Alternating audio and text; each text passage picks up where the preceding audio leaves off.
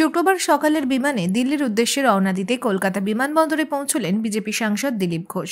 বিমানবন্দরে দাঁড়িয়ে আরাবুল ইসলামের গ্রেফতারি প্রসঙ্গে বলেন, এদের ঝগড়া নতুন কিছু নয়, অনেক উপর স্তরে গেছে।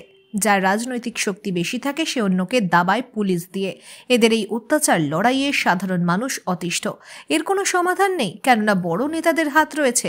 আমার যেটা মনে হয়েছে, শাহজাহান শেখের যে কেস, তার থেকে দৃষ্টি ঘোরাতে ওটাকে হালকা করার জন্য এটা করা হয়েছে। কেননা ওখানে সরকারই তাকে প্রোটেকশন দিচ্ছে, পুলিশই তাকে প্রোটেকশন দিচ্ছে, দুনিয়ার লোক দেখতে পাচ্ছে। হাওয়া কাটছে কোনোভাবে বুমে?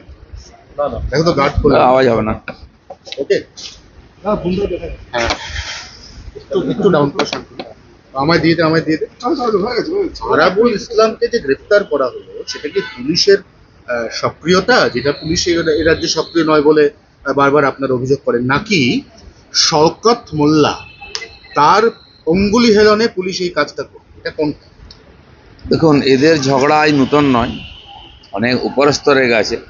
যার রাজনৈতিক শক্তি বেশি থাকে সে অন্যকে দাবায় আর পুলিশকে দিয়ে।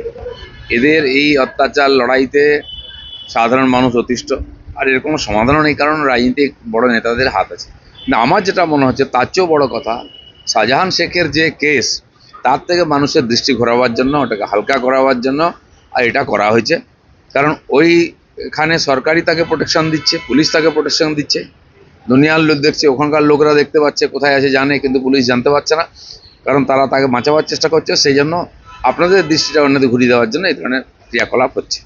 এক্ষেত্রে সব থেকে গুরুত্বপূর্ণ যে প্রশ্নটা উঠছে, সেটা হচ্ছে, যদি পোস্ট পোল ভায়োলেন্সের জন্য আরাবুলকে গ্রেফতার হতে হয়, তাহলে বিজেপি এরকম 18 জন নেতার নাম দিয়েছিল যারা পোস্ট পোল ভায়োলেন্সে প্রত্যক্ষভাবে যুক্ত। তাহলে কি কোথাও না কোথাও আপনাদের কি আশাবাদী যে বাকি 17 জনও গ্রেফতার হবে? না, যদি পোস্ট পোল ভায়োলেন্সের উপরে এরা স্টেপ নিত রাজ্য সরকার, তাহলে এই নেতারা কেউ বাইরে থাকতো না। 18 জন, এরকম বহু কেস হয়েছে। আমরা কেস করতে পারিনি, আমাদের কেস নেয়নি বলে সিবিআই কেস করেছে, কিন্তু কারো গায়ে হাত দেওয়া হয়নি, কোনো এর উপরে কোনো ক্রিয়াকলাপ হয়নি। এ সবই টিএমসির নিজের রাজনৈতিক স্বার্থে, আর এই ধরনের কাজ করতে হয় তাকে হয়তো একটুখানি কড়কে দেওয়ার চেষ্টা আর সাধারণ মানুষের দৃষ্টি ফেরানোর চেষ্টা। সিবিআই আজকে বা আগামীকাল পোস্ট পোল ভায়োলেন্স আপনাদের দায়ের করা অভিযোগের পরিপ্রেক্ষিতে নদিয়ার হবিবপুর থেকে শুরু করে রানাঘাট একাধিক জায়গাতে খুব বড়সড় একটা অভিযান চালাতে পারে বলে ইঙ্গিত, কি বলবেন?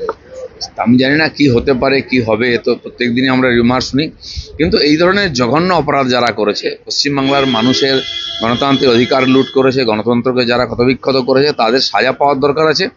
কেন পায়নি এটা প্রশ্ন, তা না হলে আবার নির্বাচন আসছে, আবার হিংসা দেখতে হবে।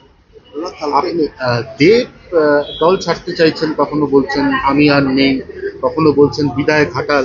এটা দেবের ব্যক্তিগত ব্যাপার আর টিএমসির ব্যাপার, আমাদের কিছু বলার। কিন্তু অভিষেক আসরে নামলেন, উনি দেবকে ডাকছেন।